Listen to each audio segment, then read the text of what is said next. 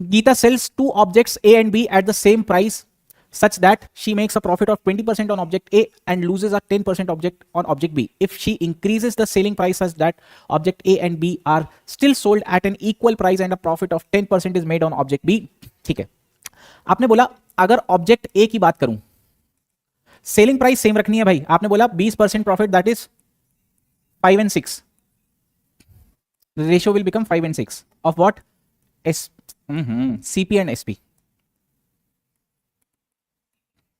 और ऑब्जेक्ट अगर बी की बात करूं 10% लॉस, दैट मींस आपने बोला सेलिंग प्राइस सेम रखनी है, अलग अलग है, तो आपने बोला ठीक है इसको 18 बनाया जा सकता है, तो इसका 2 गुना कर लो, इसका 3 गुना कर लो, तो that means actual ratio is nothing but 15:18 and here it is 20:18. Now see selling price is made same, right. Now again she increases the selling price such that object B को 10% प्रॉफिट बनाना है. आपने बोला भाई 10% profit, इसकी cost थी 20, 10% profit increase करेंगे that is 22, मतलब इसको भी 22 रखना है क्योंकि सेलिंग प्राइस तो अभी भी सेम है. तो आपको बताना है profit made on object A, तो आपने बोला 7 यूनिट का गेन हुआ है आउट ऑफ 15. ठीक, तो 6.66 1/7, सॉरी का 7 टाइम्स, दैट इज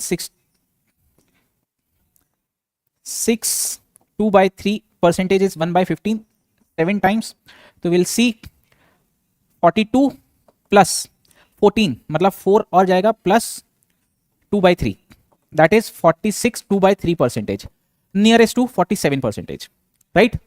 Easy.